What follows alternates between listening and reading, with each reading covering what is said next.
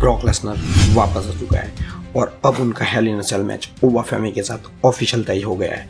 लेकिन ये आज की सबसे बड़ी खबर नहीं है। स्मैकडाउन में फिन बालर पर बैकस्टेज एक ऐसा हमला हुआ है जिसने पूरे WWE यूनिवर्स को हिला कर रख दिया है। तामा टोंगा और टाला टोंगा ने आखिर फिन बालर पर ऐसे क्यों अटैक किया?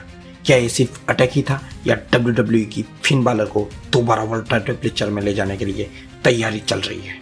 उधर केविन ओवेंस की रिकवरी को लेकर भी बड़ा अपडेट सामने आया है। सैमी ज़ैन के बदलते हुए बिहेवियर को भी फोकस किया जा रहा है और सबसे बड़ी खबर रोमन रेंस सेथ रोलिंस के बारे में है, जहां पर डीन एम्ब्रोस की वापसी की अफवाहें चल रही है। नमस्कार दोस्तों, आप देख रहे हैं रेसलिंग बवाल और आपको WWE और AEW की ऐसी ही अपडेट चाहिए तो मेरे चैनल को सब्सक्राइब करें और बेल आइकन को प्रेस करें।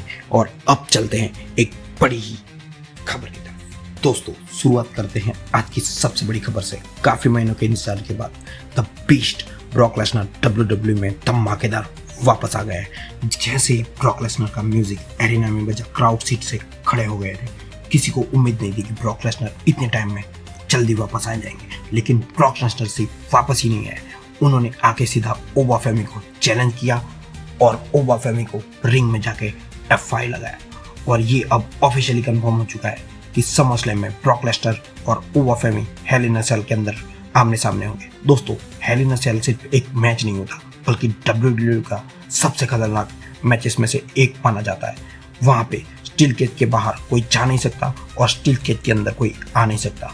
वहाँ पे माहौल बहुत ही गर्म होता है। एक तरफ एक्सपीरियंस और डोमिनेंट के किंग ब्रॉक लेसनर है और दूसरी तरफ यंग और पावर हाउस ओवा फेमी है, जो हर हाल में अपने स्ट्रेंथ को सबसे इम्प्रेस कर देते हैं। और ये मैच सिर्फ जीत या हार का नहीं होगा, बल्कि डोमिनेंस का होगा। मेरा मानना यही है कि WWE समरस्लैम के लिए ये मैच ब्लॉकबस्टर होगा। लेकिन असली सवाल यही है, क्या ब्रॉक लेसनर अपनी वापसी को जीत के साथ यादगार बनाएंगे या ओवा फेमी ब्रॉक लेसनर को हरा के एक नए मॉन्स्टर बन जाएंगे? दोस्तों, स्मैकडाउन में बैकस्टेज पर एक ऐसा सेगमेंट देखने को मिला जिसने पूरे शो का माहौल ही बदल दिया। कोडी रोड्स बैकस्टेज आते हैं और वहाँ पे फिन बालर भी होते हैं। फिन बालर को कोडी रोड्स मिलते हैं और फिन बालर बताते हैं कि मैं तो तेरे टाइटल के लिए ही स्मैकडाउन पर आया था, पर तेरे पास तो टाइटल ही नहीं, तुम लाइन में लगो और तुम्हें बेस्ट ऑफ लक।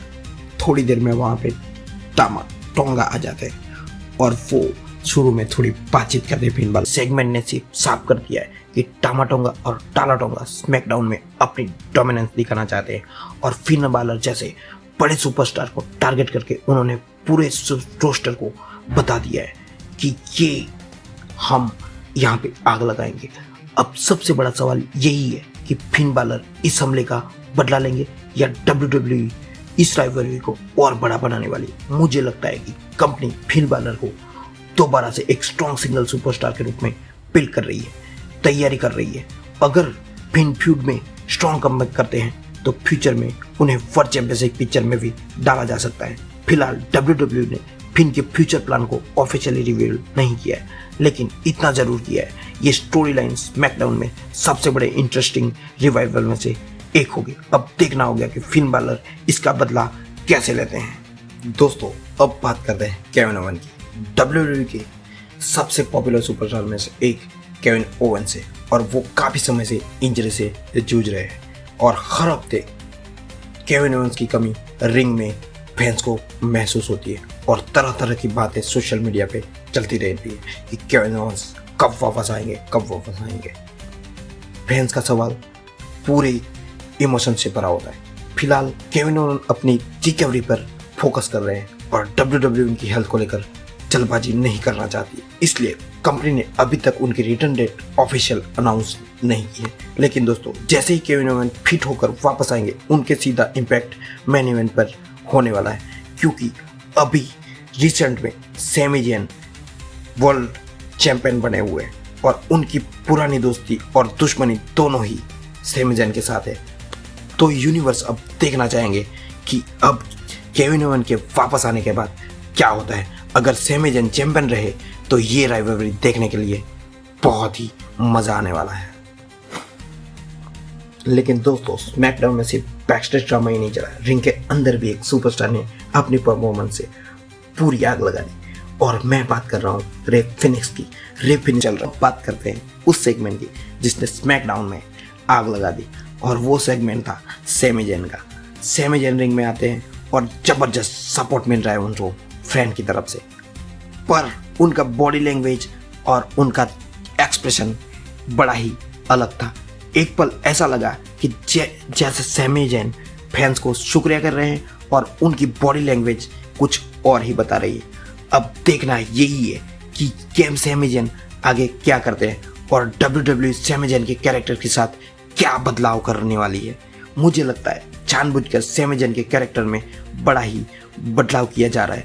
अगर आने वाले हफ्तों में सैमी ज़ैन और इसी तरह दिखने लगे तो सैमी ज़ैन का हिल्टन पक्का लग रहा है और वो अपने दोस्तों को धोखेबाजी करके दुश्मनी में बदलने वाले हैं। फिलहाल ये देखना बहुत ज़रूरी है कि सैमी ज़ैन आगे स्मैकडाउन में क्या करते हैं। केविन ओवेंस आ जाते हैं तो फ्यूड देखने में बड़ा ही मज़ा आएगा। लेकिन दोस्तों अब बात करते हैं उस मैच की जिन्हें हर WWE फैन देखना चाह रहा है, रोमन रेंस और सेथ रोलेंस का। पर आज की खबरों में ऐसी भी अफवाह चल रही है कि डेन एम्ब्रोस इनके बीच आने वाले हैं। लेकिन दोस्तों डेन एम्ब्रोस काफ़ी समय से AEW के साथ जुड़े हुए हैं और उनका कॉन्टैक्ट अभी AEW से ख़त्म नहीं हुआ है, तो ये अफवाह गलत हुई तो डेन एम्ब्रोस वापस WWE नहीं आने वाला है। उनका लंबा कॉन्ट्रैक्ट AEW के साथ साइन किया हुआ है। तो दोस्तों यही थी आज की खबर। अगर आपको हमारे चैनल के यही न्यूज़ पसंद आई हो तो हमारे वीडियो को लाइक करना, शेयर करना और हमारे चैनल को सब्सक्राइब करना। तब तक के लिए जय हिंद और नमस्कार।